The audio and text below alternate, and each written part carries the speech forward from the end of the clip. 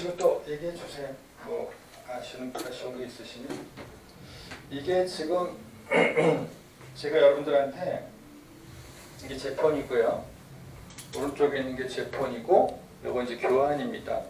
그래서 우리가 이제 흔히 교육할 때는 이렇게 이게 이제 갤럭시만의 어떤 장점이기도 해요. 그러니까 따로 앞에다가 저는 이제 앞에다가 아예 설정을 갖다 놓으라고 여러분들 많이 유도를 해서 지금 다 앞에 있으신데 맨 처음에 할 때는 이제 다 없으실 거 아니에요. 여기에 아무것도 없잖아요. 그러니까 그런 분들한테 설명할 때는 이렇게 한번 훑어내리는데 훑어내릴 때 이 폰 바깥에서부터 훑어내리셔야 됩니다. 안에서 이렇게 끼작거리면 안 돼요. 안에서 움직이면 얘가 이 안에서 왔다 갔다 하려고 해요. 근데 이 바깥에서 이렇게 훑어내니까 모서리를 잡고 내리셔야 됩니다. 모서리를 아예 잡고 이렇게 훑어내리시면 이렇게 돼요. 변하죠? 예, 이렇게 변했을 때 요 우측 상단에 있는 요게 설정이라는 얘기입니다. 아시겠죠?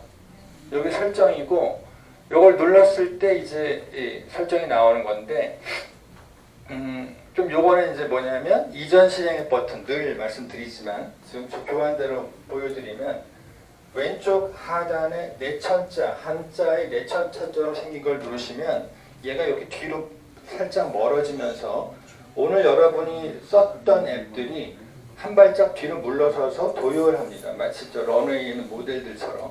그럼 여러분이 페이지를 넘기면서 오늘 카카오톡도 썼고 전화도 했고 설정도 받고 구글도 받고 음성 녹음도 했네. 이건 카카오택시고 뭐 이거 이렇게 보실 수가 있는 거죠. 이게 주로 어디에 있냐면 요 위에 상단에 그 앱에 독특한 아이콘이 떠 있어요. 넘기시면서 보면 아 이건 전화구나, 이건 설정이구나 이렇게 아실 수가 있는 거예요. 그래서 그 몸통을 누르면 이제 전화로 가고 설정으로 가고 하는 거죠. 그래서 요거를 이제 여러분이 아까 왔던 데로 또 가고 싶다고 하면 이렇게 살펴보시면서 지금 많이 열었었죠? 보실 수가 있는 겁니다. 전 굉장히 많이 열었었는데 그러면 이렇게 많이 열었으면 이 폰이 지금 많이 무거울 거 아니에요. 그 뒤에 뭐 많이 지금 열어놓은 상태니까. 그래서 지금의 여러분의 폰은 되게 좋은 폰들이에요. 다. 저도 마찬가지지만 지금 제게 이게 플립 4입니다. 지난번에 태워먹이 플립 3인데 하나 위 거고요. 저희 동아리 선배님이 그냥 선물로 주셨어요. 자기 옛날 폰이라고. 너무 감사하죠. 그래도 4야. 하나 위야. 근데 네, 요거는 이제 이것도 좋은 폰이란 말이죠. 그래서 이게 다 돌아가요. 근데 여러분이나 저나 이제 시간이 되고 폰이 좀 오래되면 뭔가 버벅거릴 수가 있습니다. 그럴 땐 요거라도 모두 닫기를 누르시는 거예요. 모두 닫기를 누르시면 뒤에 대기 중이었던 앱이 다 꺼져버리니까 훨씬 가벼워지죠. 그래서 여러분이 어떤 앱을 쓰실 때 훨씬 편해집니다. 그래서 요때 내천자를 누르면 이제 없다라고 다 뜰 거예요. 닫았으니까. 눌러볼게요. 이렇게 최근 사용하는 일이 없다라고 뜨죠. 그리고 가운데 있는 게 홈 버튼이라고 늘 말씀드렸습니다. 요거는 이제 언제 어디를 가더라도 여러분이 이제 헤매지 않게. 그러니까 여러분이 막 저를 따라 막 하다 보면 내가 지금 어디 있는지 헷갈릴 때가 있어요. 그럴 때 있죠. 갤러리 이런 데서 뭐 편집 막 문지고 하다 보면 근데 내가 지금 어디 있는 거야? 막 이러실 때가 있어요. 그러면 그냥 이걸 누르시면 되는 거예요. 그럼 이 화면으로 돌아옵니다. 그리고 혹시 몰라서 내가 어디 있었는지 확인하고 싶으면 이걸 다시 누르시면 있었던 앱이 보이겠죠. 넘겨보시면서 아 내가 여기 있었구나 라고 아실 수가 있는 거예요. 그리고 요거는 한 단계 전 단계로 간다라고 말씀을 드렸었습니다. 요거 설명드린 거고요. 요거 이제 여기 넘기면서 확인할 수 있다는 거고. 그 다음에 이제 이 화면에서 살짝 위로 올리면 요게 앱스 화면입니다. 어떤 선생님이 여기 이제 앱스 버튼을 놓는 걸 좋아하실 텐데 저는 이제 그거 필요 없다라고 말씀드리거든요. 여기 이제 앱스 버튼 놓는 방법도 있는데 그거는 의미가 없는 게 요 홈 화면에서 그냥 화면을 살짝 위로 올리면 한번 해보세요. 살짝 위로 올리면 그냥 이게 앱스 화면입니다. 앱스 화면과 홈 화면은 어떤 차이가 있느냐? 검색창이 있으면 앱스 화면이에요. 창고예요, 창고. 도서관이죠. 그래서 여기서 찾을 수가 있는 거예요. 홈 화면은 검색이 없습니다. 홈 화면에 뭐가 있다는 얘기는 그거는 위젯이에요. 구글 위젯으로 갖다 놨을 때 거기 검색창이 뜨죠. 구글을 쓰겠다는 거고 여기서의 검색은 이 그러니까 앱스 화면, 앱스 창고에서 내가 앱을 찾겠다라고 할 때 찾는 겁니다.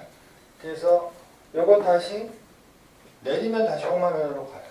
그러니까 여러분 화면을 올리면 앱스 화면, 내리면 홈화면 이렇게 되는 거예요. 알고 계시면 좋겠죠. 자, 그리고 이제 여기에 여러분이 궁금해하신 여기 위에 있는 자잘한 것들, 그거를 이제 늘 보면 이제 우리 강사 선생님이 그냥 지나가요. 이거 뭐 하나하나 언제 설명하고 지나가는데 저는 그냥 한 번 설명을 드립니다. 속 시원하시라고. 물론 또 여러분이 잊어버리시지만, 근데 한번 들어서 별로 중요하지 않다고 아는 것도 중요하잖아요. 그러니까 이제 들어보시면 알 거예요. 요거는요 우측에 여러분 요거 있잖아요. 막대 그래프. 여러분 폰에 있는 막대 그래프. 요게 바로 여러분의 폰 신호. 여러분이 SKT든 LG든 KT든 그런 그 전화회사에서 보낸 신호가 여러분 폰에 잘 잡히느냐에 대한 문제예요. 네 칸이 다 떠 있으면 굉장히 수신 상태가 양호한 거고 전화가 순조롭게 됩니다. 근데 여러분이 만약에 산간 도서 지역에 가잖아요. 그럼 얘가 점점 줄어들고 나중엔 이렇게 되는 거예요. 그러면 여러분 전화를 못 하는 거예요. 그러니까 여러분이 무슨 외국 영화라든가 드라마에서 보면 폰 들고 막 이렇게 하잖아요. 아, 여기 전화가 안 돼. 막 여기 도대체 어디야? 막 이러면서 내 위치도 파악이 안 돼. 막 이러면서 그럴 때 이렇게 돼 있는 거예요. 이렇게. 신호가 안 뜨면 전화가 안 되니까. 그러면 뭐 경찰도 못 부르고 살려달라고 말도 못하고 이러는 거죠. 그러니까 우리가 여기서 여러분들이 편하게 할 수 있는 거는 중계기가 있기 때문에 그렇습니다. 와이파이로 따지면 저기 동그란 지금 우리 옆에 보이시는 저 동그란 거 있잖아요. 제가 와이파이 중계기고 밖에 나가시면 사실은 동네마다 사실 흉물처럼 이렇게 막 마이크 같이 생긴 막 이렇게 거대한 것들이 막 상가 위에 보면 막 더덕더덕 붙어 있는 거 보이실 거예요. 걔가 중계기예요. 근데 요즘엔 조금씩 그 법이 좀 완화가 돼서 그런지 지하철을 타도 KT로 뜨면서 3사 모두 쓸 수 있다라고 나오더라고요. 그건 좋은 신호예요. 왜냐하면 하나만 가지고 다 쓸 수 있으니까. 근데 그 전까지만 해도 뭐 지금도 마찬가지 사실은 3사가 다 자기 폰만 케어하려고 그래요. 그러니까 3사가 다 달아야 돼. 그러니까 얼마나 많이 달려야 되겠어요. 그죠? 동네마다 다 달려 있는 거죠. 그래서 그런 중계기가 있어야 이제 신호가 잡히는 거. 여러분 여기 네 칸의 막대 그래프가 되게 중요하다는 겁니다. 서비스적인 신호세기 표기가 되는 거고요. 그 다음에 여러분 외국에 가게 되면 거기에 알짜가 들어갑니다. 그게 로밍이에요. 여러분 아시죠? 로밍. 그래서 뭐 일본에 가는데 로밍 해야 돼 말아야 돼 뭐 이런 거 하는데 요즘에는 많이 좋아져서 굳이 여러분이 절차를 안 밟아도 자동으로 로밍이 됩니다. 그 회사가 예를 들면 SKT, LG, KT가 각각 그 외국마다 그 업체랑 계약을 맺어가지고 연결이 되도록 되어 있어요. 다만 이제 미리 해놓으면 비용이 좀 저렴해지겠죠. 미리 하니까. 그리고 요금제를 여러분이 적용시킬 수가 있어서 유리한 요금제로 선택할 수가 있습니다. 그렇지 않으면 일반 요금제가 되기 때문에 그냥 무심코 했다가 전화 이제 폭탄을 맞게 될 수도 있죠. 그래서 여기 알짜가 뜨는 건 여러분 외국에 계셨을 때 로밍이 되고 있다는 의미고, 이 로밍의 의미가 있는 거는 그쪽 그 전화 사업자의 데이터를 통해서 내가 인터넷을 할 수가 있다는 거죠. 그래서 인터넷을 할 수 있으면 내가 외부에 그냥 밖에 있어도 그 인터넷을 통해서 내가 구글맵, 외부에서는 여러분 구글맵을 써야 돼요. 제가 수업 시간에 가르쳐 드리겠지만 네이버나 다음은 다 국내용입니다. 국내에서는 굉장히 좋아요. 근데 일본만 가도 얘는 그냥 무용지물이에요. 아무것도 안 돼요. 근데 이제 구글맵을 이용하면 다 뜹니다. 다 뜨고 내 위치도 확인이 되고 로드 뷰도 볼 수가 있고 다 볼 수가 있어요. 그래서 그런 걸 쓸 때 여기 알짜가 뜨도록 되어 있어야 된다는 거죠. 근데 사실은 로밍이 안 돼도 와이파이만 돼도 여기 이제 와이파이 요거죠. 와이파이만 돼도 쓸 수가 있어요. 그래서 호텔 로비에서는 그냥 로밍 안 하고 와이파이로 내가 카톡도 할 수 있고 다 할 수 있는 겁니다. 그리고 이제 뭐 구글맵으로 미리 갈 곳 이제 어떻게 가는지 확인한 다음에 나와서 도착지로 가면 또 와이파이가 되겠죠. 젊은 친구들은 그렇게 이용합니다. 아니면 또 동굴이 같은 와이파이를 발생하는 그걸 아예 계약을 해가지고 뭐 일주일 동안 동안 쓴다든가 그럼 그걸 들고서 와이파이로 계속 쓰는 거예요. 그럼 로밍 굳이 안 해도 되는 거죠. 그 동거리 자체가 로밍이 되는 거랑 마찬가지니까. 그리고 이제 3G 여기 이제 여기 뭐 숫자 같은 게 뜰 때 이게 5G다 3G다 이제 뜨는데 지금은 뜨지 않네요. 그리고 LTE다 뭐 원래 6 플러스 여기 이제 LTE다 뭐다 여기 아마 작은 글씨로 저도 지금 안 보이는데 여기 표시가 있는 것 같습니다. 그리고 와이파이 연결되는 게 요거예요, 여러분. 근데 그 부채 사이 이렇게 있는데 오른쪽에 귀퉁이에 화살표가 이렇게 떠야 돼요. 걔가 잘 보시면 왔다 갔다 하면 와이파이 신호를 받고 있는 거고요. 얘가 그냥 안 뜨잖아요. 그러면 와이파이가 연결이 안 되신 겁니다, 여러분. 그러니까 여러분 중에는 간혹 방심하다가 데이터를 쓰시는 분들이 많아요. 데이터를 써서 그냥 인터넷 하시는 분들이 많아요. 이렇게 제공이 되는데 오시면은 그냥 와이파이를 쓰시는 게 더 좋습니다.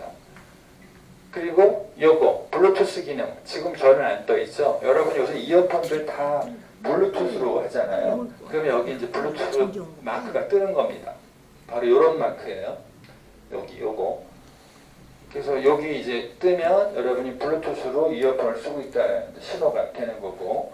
그리고 이제 요거는 어디서 볼 수 있는 요거 한번 내리시면 화면 아까처 한번 내리시면 여기서도 보실 수 있죠. 요거. 여기 켜져 있어야 여기 블루투스거든요. 여기 켜져 있어야 여러분 이어폰, 블루투스 이어폰을 사용할 수가 있는 겁니다. 어떤 분은 이걸 꺼놓고서 한번 터치하면 꺼지거든요.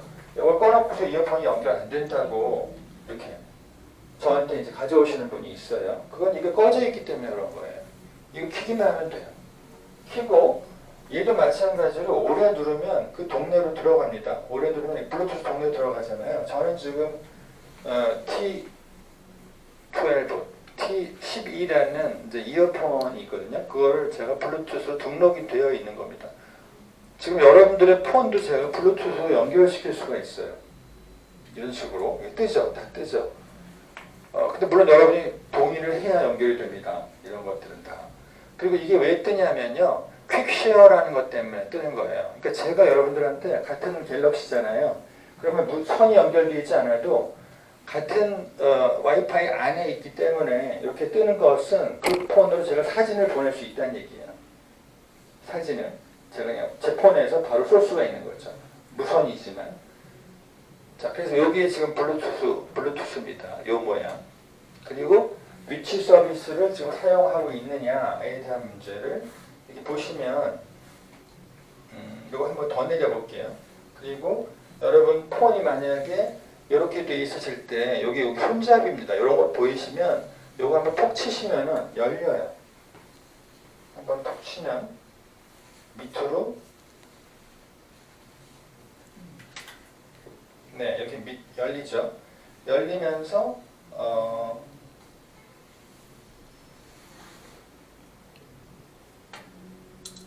갑자기 안 보이네. 위치 여기 요거 보이시죠? 위치 요겁니다. 위치 서비스가 지금 여기 켜져 있으면 여러분 폰에 그 GPS가 가동되고 있는 거예요. 포착이 되고 있는 거예요. 그래서 요걸 만약에 끄시면 여러분 위치 파악이 안 되는 겁니다. 그러니까 여러분이 이제 어딘가 위기 상황이 있을 때 여러분이 모르게 이제 경찰이 여러분을 찾아내려고 그러면 그분 폰을 이제 폰 번호 몇 번이야 해가지고 추적을 하는 거죠. 그러면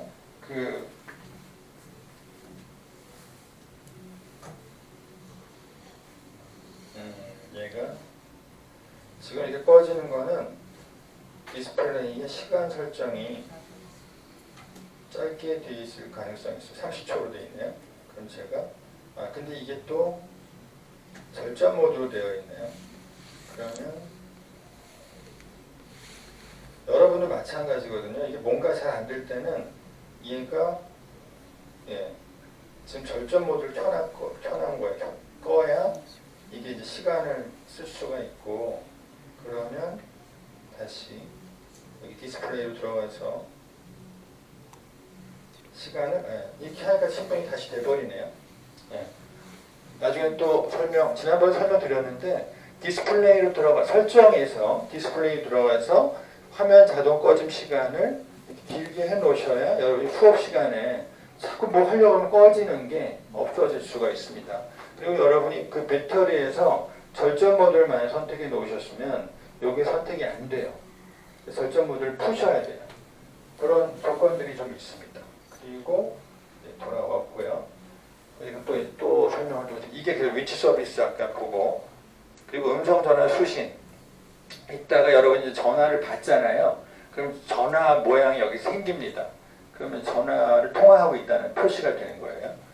그리고 부재중 전화. 한번 뭔가 전화가 왔어요. 여러분이 안 받죠. 근데 여기 이제 표시가 떠요. 이런 식으로 뭔가 부재중 전화가 왔었다라는 걸. 그러면 여러분이 표시를 보고 전화 왔었네. 물론 이제 알림으로도 뜹니다.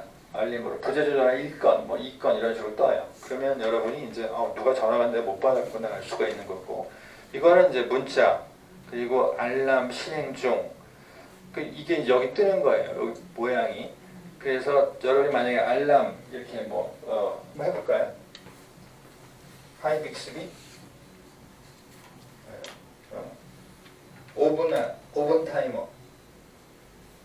절전 모드는 켜두는 게 좋은 거예요? 아니요, 켜지 마세요. 켜지 말아요. 예, 이렇게 뜨죠. 보이시죠? 위에 상단에 이렇게, 요게 별거 아닌 것 같지만 여기 정보창인 거예요. 뭔가가 뜨면 제가 5분 타이머 했더니 얘가 지금 여기 딱 보여주고 있는 거예요. 점점 내려가서 이제 알려줄 겁니다. 그래서 여기 이제 알람 실행 중이라는 의미예요. 지금 뭐 모래시계 모양이 됐냐. 이 폰마다 조금씩 서비스하는 그 디자인이 조금씩 다릅니다. 그리고 이제 이건 무음 모드. 아까 제가 이제 여기 내렸을 때 한번 보여드린 적이 있는데, 제가 이렇게 내렸을 때 이건 지금 소리가 나는 거죠. 이거는 진동이고요. 그럼 이렇게 진동을 했더니 옆에 진동 모양이 뜨죠. 그러니까 일반적으로 소리가 날 때는 아무것도 안 뜨다가 진동을 선택했더니 여기 진동 모양이 뜨잖아요. 무음 모드를 선택하면 한 번 더 누르면 무음 모드가 돼요. 그러면 여기 무음 모드로 보이는 겁니다. 아시겠죠? 그러니까 여러분이 이것만 잘 보셔도 내 폰의 지금 상황, 지금 블루투스 연결돼 있고, 그 다음에 무음 모드다, 이걸 아실 수가 있는 거죠. 자, 그리고 다시 홈 버튼 눌러볼게요. 그러면 다시 무음 모드 보이시고, 그죠? 와이파이 보이시고, 요거 아까 제가 얘기했던 5분 타이머 지금 진행되고 있는 거 보이실 겁니다.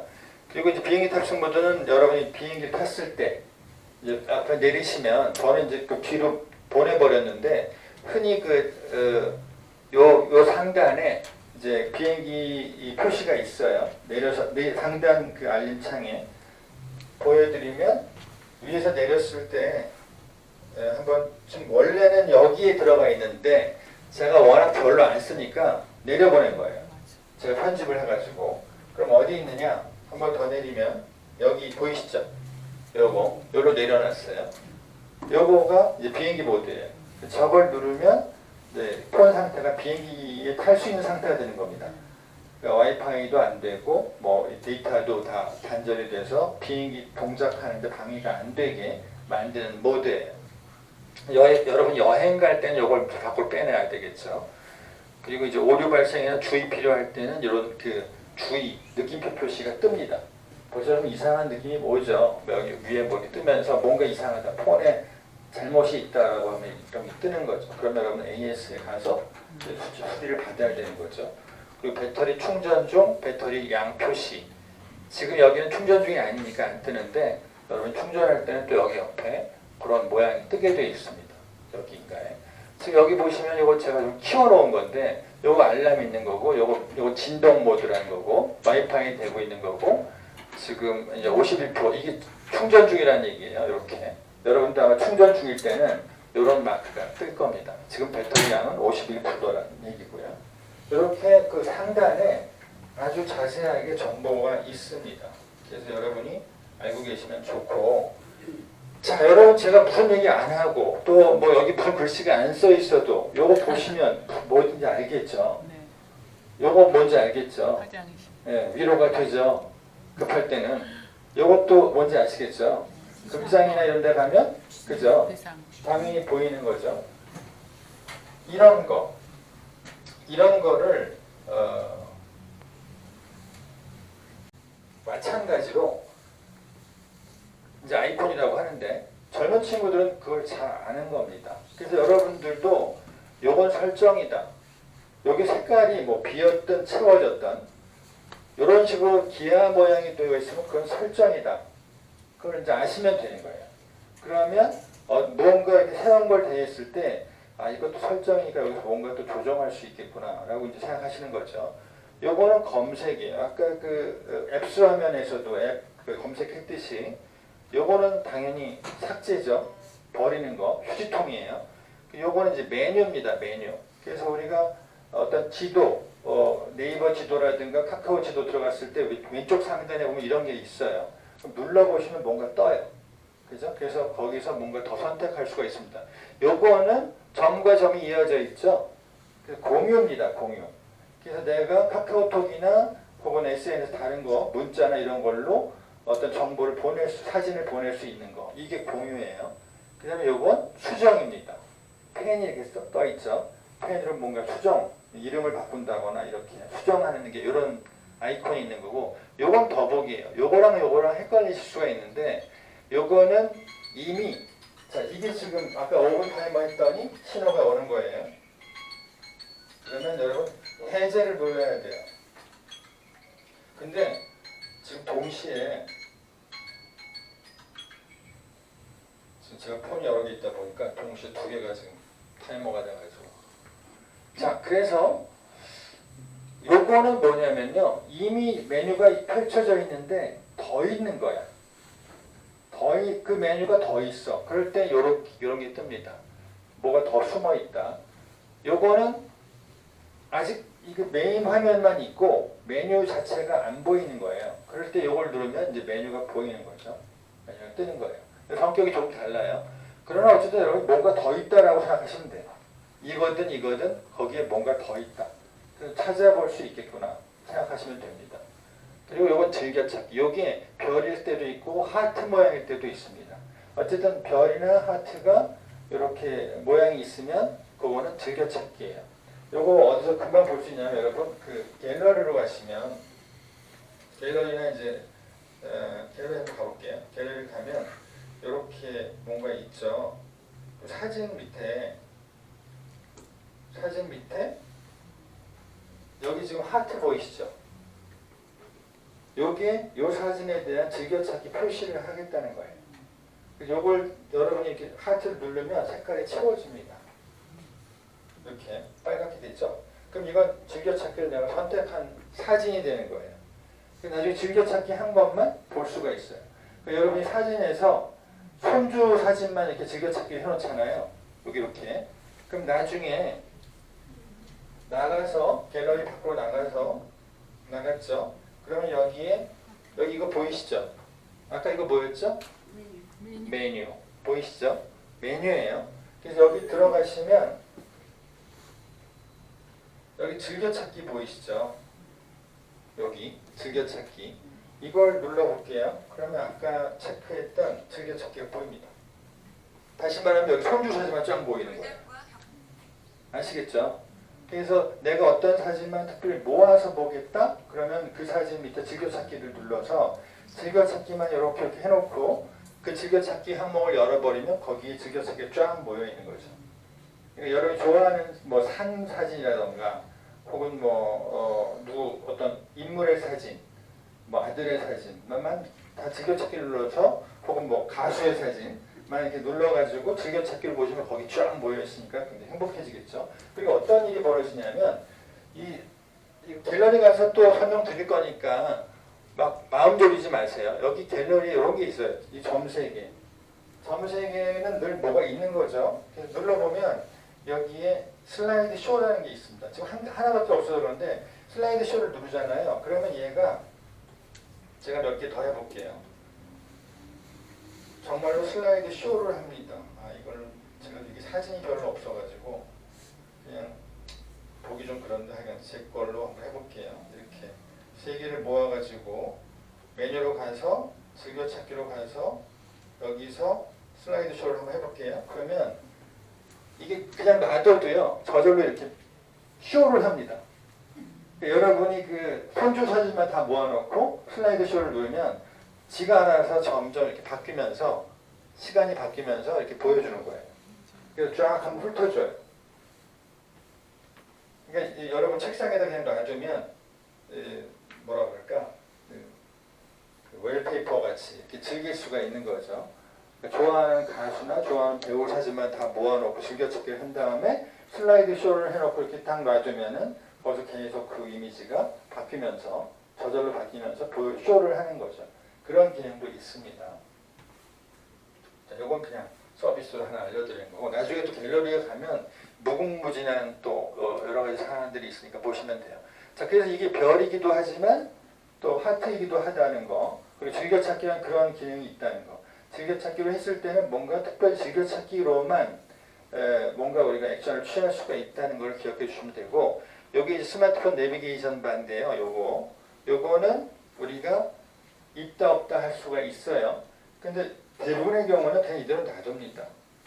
이거는 이제 그 젊은 친구들은 이제 요것도 이제 귀찮으니까 깨끗하게 다 보게 하려고 얘도 없애버려요. 없애서 손으로 이렇게 가운데에서 올리면 홈 버튼 기능이 되고 오른쪽에서 올리면 이게 이전으로 가는 거가 되고 왼쪽에서 올리면 이전 실행 앱이 나오게 하는 선택이 있습니다. 그걸 선택을 해서 얘를 아예 안 보이게 하는 경우도 있어요.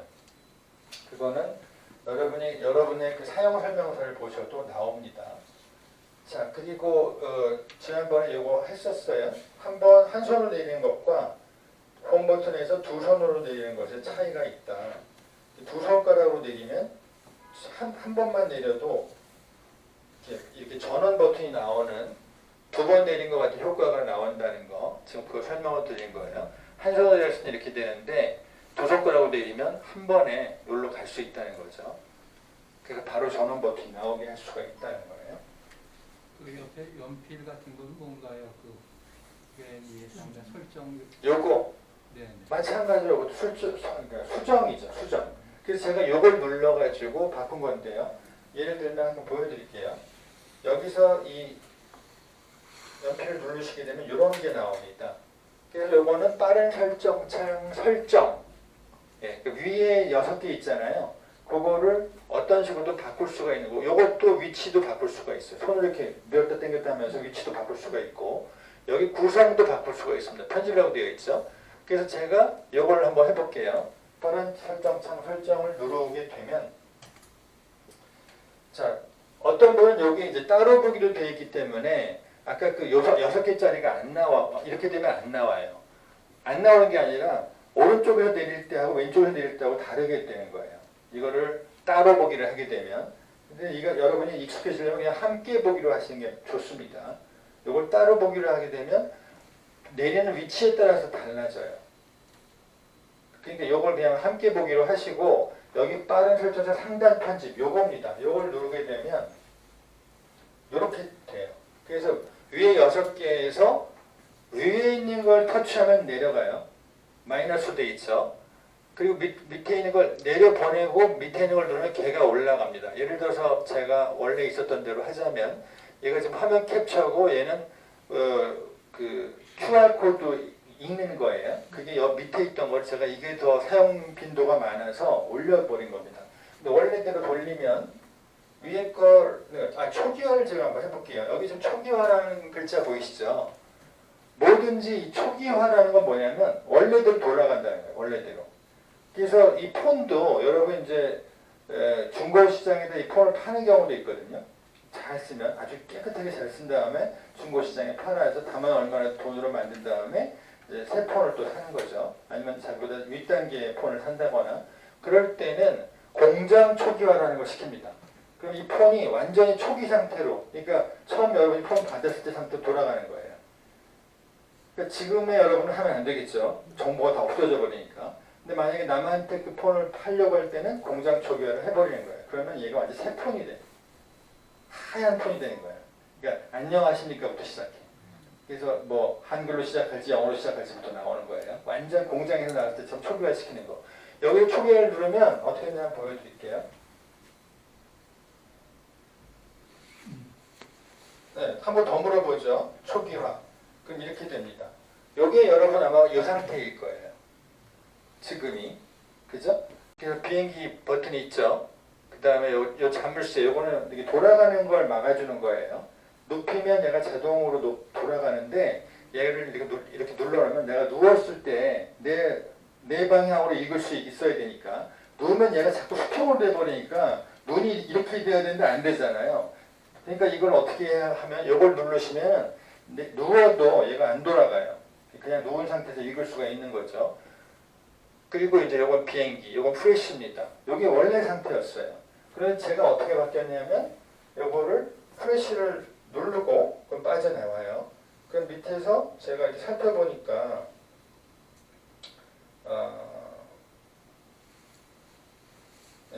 손전등 말고 화면 녹화 말고 QR코드 있는 게 여기 올렸던 데다 보면 여기 있네요. 고맙게도.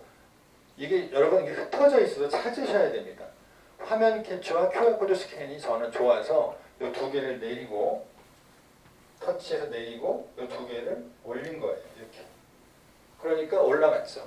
비행기 없어지고 프레쉬 없어지고 이 두 개가 여기 올라간 겁니다. 그러면 저는 이걸 화면 캡처로 쓰고 또 하나는 이제 우리가 와이파이 같은 거 읽을 때 이걸로 이제 읽어서 사용을 하는 겁니다. 그리고 이제 완료를 누르면 이 상태로 픽스가 되는 거예요. 다시 홈 버튼 눌렀다가 내리면 바뀌어져 있죠. 여기 원래 비행기 있었는데 지금 바뀌어졌잖아요. 여러분도 만약에 많이 쓰는 거를 여기다가 배치를 할 수가 있는 겁니다. 아시겠죠? 그 위에 있는 그 창 중에서 마음에 드는 버튼을 이 위쪽으로 올려가지고 여러분이 편하게 쓰실 수가 있는 거예요. 자, 그리고 또 넘어갈게요. 교환을 위주로 좀 진도를 나가보겠습니다. 제가 요거고 지금 이게 바로 설명드렸던 바로 그거예요. 마침 거기에도 교환에 있었네요. 요 연필을 누르면 편집을 누르고 그 다음에 여기서 누르면 얘가 내려오고 밑에서 누르면 올라가는 그런 방식으로 해서 위에 6개 나오는 거를 여러분이 마음에 드는 걸로 골라서 편집할 수가 있다. 또 이 큰 창도 큰 창에 있는 것도 여러분이 이 창에 있는 것도 순서가 잡아서 이렇게 위치를 이동시키면 위치가 움직입니다. 그래서 여러분이 뭐 꼭 그대로 받은 대로만 쓰라는 거 아니에요. 여러분 편리하게 쓰시면 돼요. 자, 그리고 뭐든지 그 처음에 이 화면과 관련되어 있는 것들은 여러분 디스플레이란 설정에서 디스플레이로 들어가라고 제가 말씀드린 적이 있어요. 그러니까 이제 설정에 지금 우리는 이걸 빼놨으니까 굳이 내리지 않아도 됩니다. 이 설정을 누르고 여기 보시면 아예 디스플레이에 들어와 있네요. 고맙게도 아까 제가 요 화면 꺼진 시간 요거 만드느라고 이 상태에 있었거든요. 그러니까 여러분이 만약 이 상태가 아니면 디스플레이를 눌러야 돼요. 그래서 여기 항목이 디스플레이로 되어 있죠. 설정 안에 디스플레이에 들어왔을 때 여기에 글자 키고요 스타일이 있습니다. 여러분이 여기 이제 제일 어떻게 보면 많이 사용하실 수 있는 이제 그 기능이에요. 글자 키고요 스타일을 눌러 보시면 이렇게 글꼴도 여러분 선택할 수가 있어요. 그러니까 여러분들 예를 들면 이거 어떻게 쓰면 되냐면 여러분이 이제 급하니까 내가 빨리 뭘 해야 돼. 남의 폰을 잠깐 빌리는 거야. 예를 들어 여러분 손주폰을 빌려. 그럼 여러분 손주폰은 어떻게 되어 있을 거냐면 글꼴 다운로드도 있거든요. 그래서 예를 들면 한번 해볼게요. 글자 크기 스타일에서 글꼴에서 글꼴 다운로드를 누르면 여기 다양한 글꼴들이 있습니다. 그래서 이를테면 애플민트를 한번 제가 다운받아 볼게요. 그러니까 젊은 친구들이 어떤 식으로 꾸미는지를 제가 보여드리는 거예요. 잠깐 다시 유저 진행으로 가고 글꼴로 다시 돌아가면 늘었죠. 애플민트로 한번 바꿔볼게요. 자, 이렇게 됩니다. 아마 여러분 손주들의 젊은이들 폰이 이렇게 되어 있는 건 많이 보셨을 거예요. 얘는 이렇게 폰트가 이렇지라고 생각하실 때 여러분이 그냥 불편하시면 이거 눌러서 기본으로 바꾸시면 여러분이 자주 보던 그 글씨가 되는 거예요. 이렇게 기본 아시겠죠? 그럼 글자가 이제 바뀌어 있죠. 그리고 이제 키우는 거 여기 크기죠. 그래서 이거 크기를 키우는데 제가 말씀드렸죠. 키우는 게 좋긴 한데 문제는 뭐냐면 글자를 키워서 잘 보이는 건 좋은데 이게 접촉이 좀 안 좋군요. 잘 보이는 건 좋은데 주로 어디서 문제가 되냐면 이 내용이 뭐가 많을 때, 예를 들면 여기서 우리가 지난번에처럼 연결로 들어가 볼게요. 와이파이로 들어가 보면 만약에 와이파이가 내용이 뭐가 많으면 이거 어떻게 읽을 거야? 그죠? 이거 줄 밀려가지고 안 보여. 점점으로 바꿔버리는 거야. 그럼 제대로 읽을 수가 없어. 그래서 제가 글씨를 좀 줄여라. 가운데 어딘가에 둬라. 라고 말씀을 드리는 겁니다. 돌아가서 연결 말고 디스플레이로 가서 글자로 가가지고요. 글자 크기와 스타일 지금 커졌죠. 가운데 약간 내려가지고 다시 연결로 들어가 볼게요. 연결로 들어가서 와이파이로 가면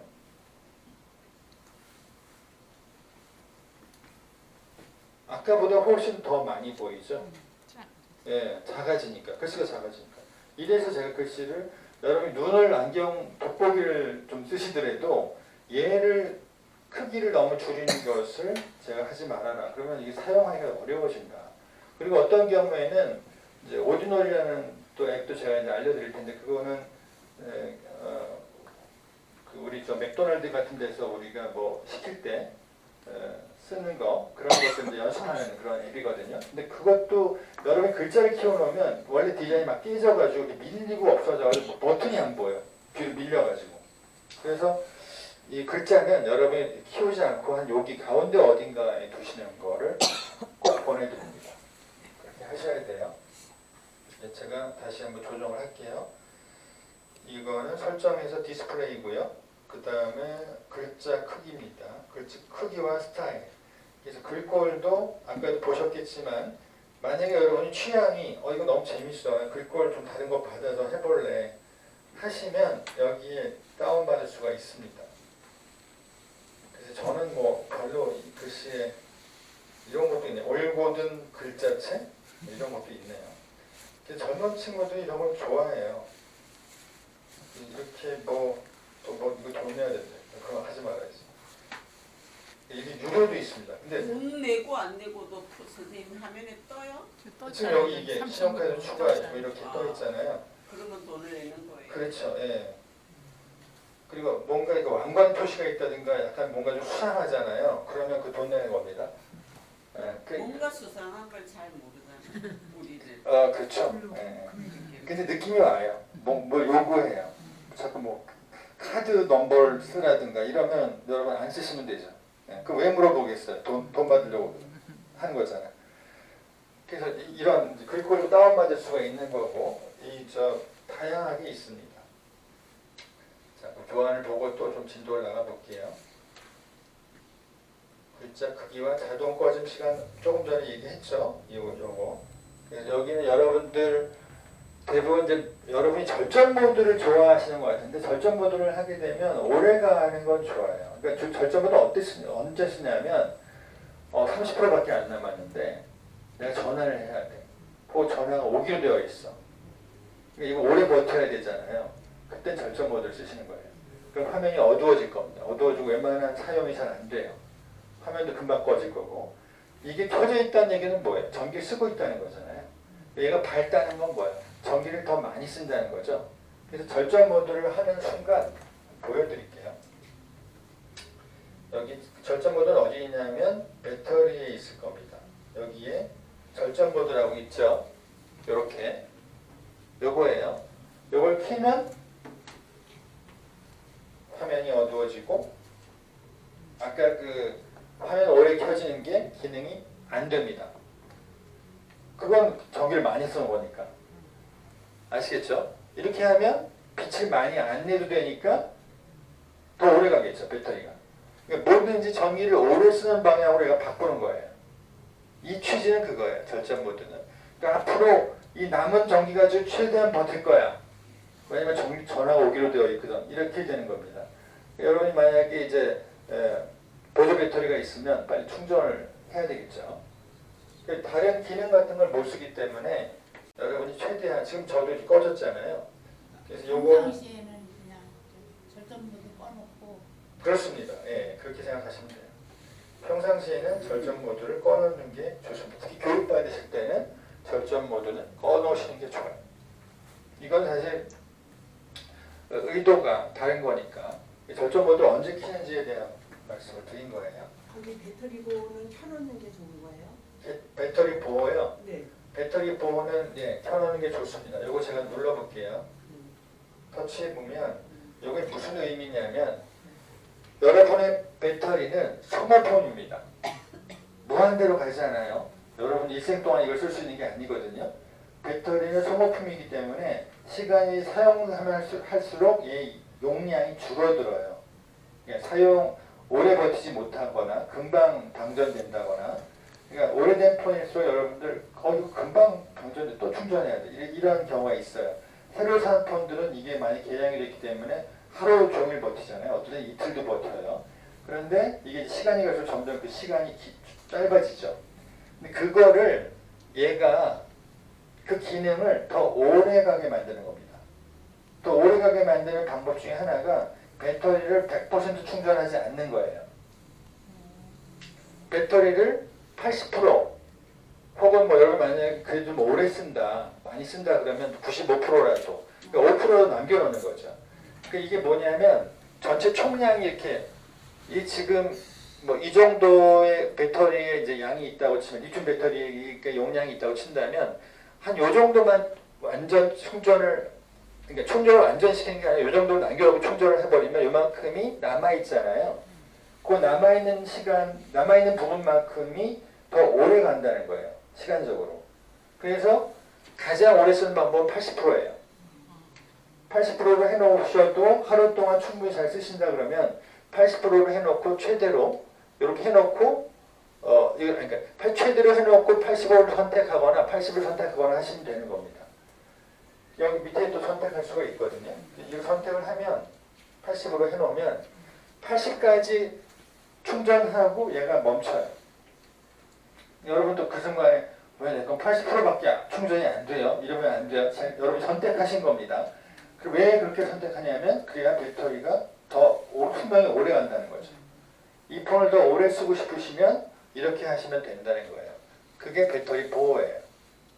그러니까 옛날에는 이걸 몰라서 그냥 100% 그리고 완전 제로 또 100% 완전 방전 이랬거든요. 그게 가장 빨리 성공시키는 방법입니다. 그러니까 여러분이 제로로 가는 것도 안 좋아요. 그 한 20% 정도 됐으면 충전을 하셔야 됩니다. 그게 더 좋아요. 그러니까 중간에서 왔다 갔다 하는 게 제일 좋아요. 이거 완전 방전시켜도 배터리한테 안 좋습니다. 수명이 짧아져요. 제가 한번 실험해 봤어요. 여러분 보조 배터리 가지고 보조 배터리가 마찬가지로 리튬이거든요. 얘를 한번 100% 충전하고 0%로 완전히 써버리고 그냥 끝까지 다 써버리고 다시 100% 하고 한 일주일 못 가더라고. 그 다음 다시 충전이 안 돼. 그러니까 예, 이제 확실히 제가 경험을 했죠. 아 이렇게 되는 거구나. 그렇게는 버렸어요. 예, 그렇게 되더라고요. 그러니까 완전히 끝까지 갔다가 끝까지 오고 이게 반복하면 금방 못 쓰게 되더라고요. 그 사이에서 왔다 갔다 해야 돼. 왜냐고 묻지 마세요. 그거는 이유가 없는 거야. 그 리튬 배터리의 특성이 그렇다는 거야. 약간 여지를 놔두고 그 안에서 왔다 갔다 해야 더 수명이 오래 간다는 거야. 선생님 가끔 한 번씩 이렇게 방전 시켜줘야 된다는 그런 말도 있었어요. 아 그건 옛날이에요. 지금 아니에요. 지금 아닙니다. 선생님 지금 80이 좋다는 말씀이에요? 80을 제일 오래 쓴다는 얘기죠. 배터리를. 네. 그러니까 여러분 이 폰이 굉장히 마음에 들면 80으로 해두시고 이제 보니까 이거 한 내년에 바꿔야 될 것 같아. 그러면 한 90 정도로 하세요. 네. 그러니까 계획 있게 쓰시면 됩니다. 여러분 딱 생각을 해봐가지고 이거 한 1년 뒤면 바꿔야 될 것 같아. 그냥 충분히 쓰지 뭐. 80으로 했더니 금방 방전돼가지고 중간에 낮에 또 충전해야 돼. 그러면 안 되잖아요. 그러니까 거의 여러분이 새 폰일 경우에는 80만 해도 충분히 쓰실 겁니다. 쓰셔보셨다가 아니 문제 없어 그럼 80으로 하시면 되고요. 이렇게 했더니 금방 다 써가지고 저녁 때 되면 또 충전해야 되더라고. 불편해. 그러면 이거 올리세요. 80이나 90으로. 상관없습니다. 어쨌든 이렇게 여지를 남겨두면 배터리 수명이 오래 간다는 것만 기억을 해두시면 될 것 같아요. 아이폰이고. 그 다음에 이제 화면 캡처하는 방법. 화면 캡처하는 방법 잠깐 알려드리면, 이제 여러분 캡처 버튼을 제가 아까 보여드렸는데, 위에 이렇게 상단에다가 캡처 버튼을 놔두면 내렸을 때 우측에 보이는 요거는 이제 우리 QR코드 있는 거고, 요거는 캡처 버튼이거든요. 쟤를 이렇게 터치하면 홈 버튼 상태에서 이게 번쩍해요. 그럼 캡처를 한 거예요. 이렇게. 그리고 이거 떴을 때 여기 뭔가 뜨잖아요. 바로 공유할 수가 있어요. 그러니까 이 화면을 바로 내가 카톡을 보낼 수도 있는 거죠. 떴을 때. 그런데 이러한 것들을 여러분이 그 물리적으로 버튼으로 할 수도 있어요. 화면 캡처를. 주로 어떻게 하냐면, 또 꺼지네. 이게 확실히 접촉이 안 좋군요. 다시 한번.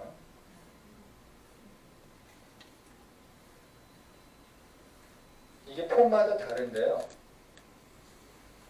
볼륨 하단 버튼과 전원 버튼, 그러니까 측면 버튼이죠. 저거를 동시에 누르면 캡처가 됩니다. 그러니까 제가 해볼게요, 제 거를. 볼륨 하단 버튼, 그 다음에 측면 버튼. 이거 같은 방향이 있네요. 이렇게 번쩍하면서 또 캡처가 된 거예요. 요즘의 갤럭시는 옛날하고 달라서 이쪽에 다 모여 있습니다. 그럼 볼륨 하단 버튼과 측면 버튼을 이렇게 엄지손가락, 두 개의 엄지손가락을 툭 누르시면 그 화면이 마치 사진 찍은 것처럼, 스캔한 것처럼 사진으로 되는 거예요. 이거 어떨 때 쓰냐면, 어떨 때 여러분 그 홈페이지 들어갔더니 그 이미지 다운로드가 안 될 때 있잖아요. 옛날 같으면 이제 오래 누르면 이게 되는데, 예를 들어 이런 지금 사진이 있어요. 이 사진을 옛날 같으면 이렇게 오래 누르면 다운로드가 됐었어요. 지금 아무 신호가 없잖아요. 근데 얘를 갖고 싶어. 그럼 어떻게 해요? 캡처를 하면 된다는 거죠. 이거를 측면 버튼과 이렇게. 그러면 이렇게 얘가 캡처가 된 거예요, 지금. 이건 어디에 있느냐? 갤러리에 있겠죠. 그래서 갤러리로 가면, 자, 이거 지금 갤러리입니다. 빠져보면, 자, 갤러리예요. 다시 갤러리로 갔을 때, 아까 그 화면이 지금 잡혀 있는 거예요. 너무 완벽하게 잡혀 있어가지고 지금 잡힌지도 모르죠. 네. 하세요. 지금 이 캡처를 했기 때문에 갤러리에 들어와 있는 거예요.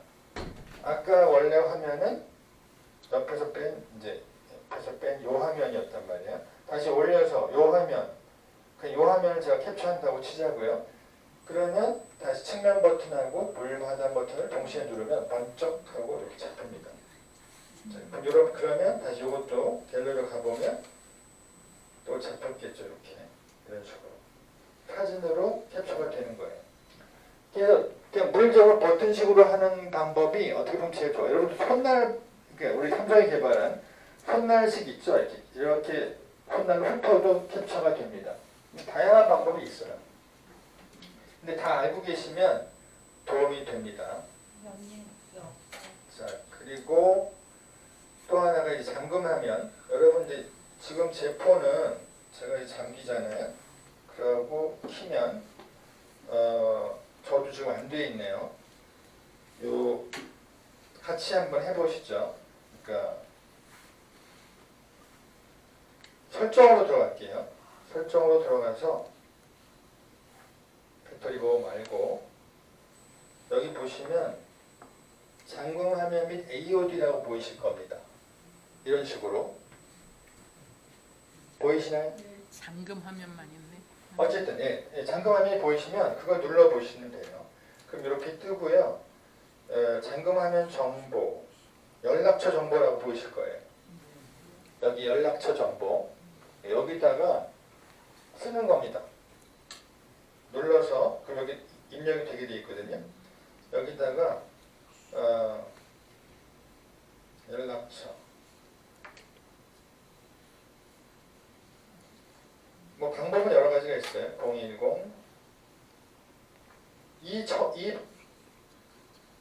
이 전화의 번호가 아니겠죠. 제가 연락 받아야 될 전화겠죠. 이렇게 해놓으시면 문장을 여러분들이 그러니까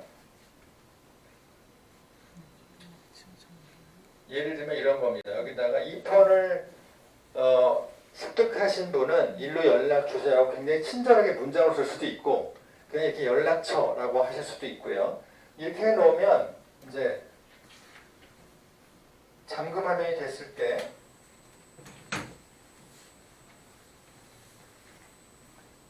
여기 보이시죠? 자, 이게 충전하고 있는 요 밑에 연락처 여기 뜹니다. 그러니까 누군가가 이 폰을 만약에 이제 받았을 경우에 그럼 어떤 받았을 사람이 경우에 주웠어. 이제 이걸 열 수가 없잖아요. 그러니까 누구한테 전화를 그 연락처로 연락을 하겠죠. 전화번호를 그래서 그게 적어줘요. 잠금하면 AOD입니다. 연락처 정보를 여기다가 입력해 두시면 근데 이 연락처 정보는 자꾸 말씀드리지만 이 폰의 전화번호를 넣으면 안 되는 거예요. 네, 남의 거죠. 같이 이렇게 여러분의 적어서 아드님이라던가 아니면 뭐 집에 계신 분의 전화를 여기다가 남겨놔야 되겠죠. 비상 연락만이라고 생각하시면 됩니다. 근데 여러분이 이제 그 연락처고 이 편의 번호를 여기다 적어놓으면 이제 돌려주려고 전화하는 사람이 되게 웃겠죠. 이 폰이 울리네 이러면서. 네. 그러니까 이 폰의 여기 연락처는 이 폰을 잊어버렸다고 가정하고 어디 연락이 오면 좋을까를 생각하셔서 그 번호를 남겨주시면 되는 겁니다. 여기 이제 비상 연락망이라고 생각하시면 돼요. 여기다 해놓고 완료를 누르면 앞에 쓰기만 하시면 될 거예요. 뭐 만료 같은 거 필요 없어요. 그냥 쓰기만 해도 됩니다. 그리고 여기 이제 내용이 많이 길잖아요. 예를 들어서 여기다가 제가 로 연락 바랍니다. 해주세요. 예를 들면 이렇게 길게 쓰잖아요. 완료를 누르죠. 그럼 어떤 일이 벌어지냐면 이제 잠금 화면이 됐을 때 어떤 분들 이걸 좋아하시더라고. 이것도 한 문장 들어가는군요. 더 길게 해야 되겠다. 뭘 보여드리려고 하는 거냐면 얘가 흘러요. 글자가 흐릅니다. 습득시 뭐 이렇게 써볼게요. 이 폰을 습득하셨을 때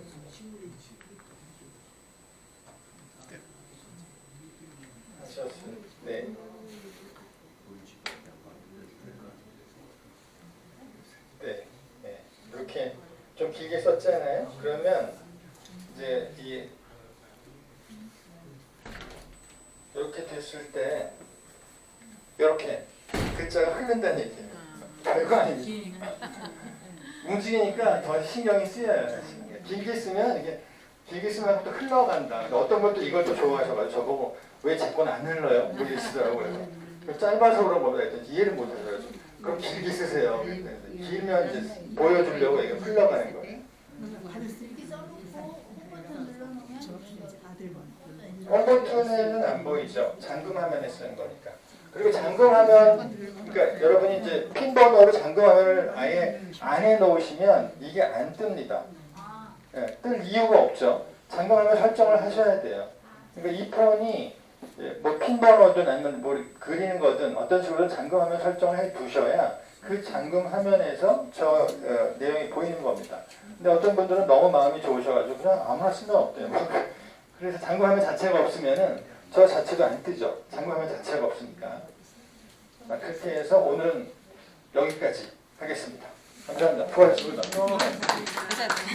저거 좀 네. 카카오시 없어졌어요.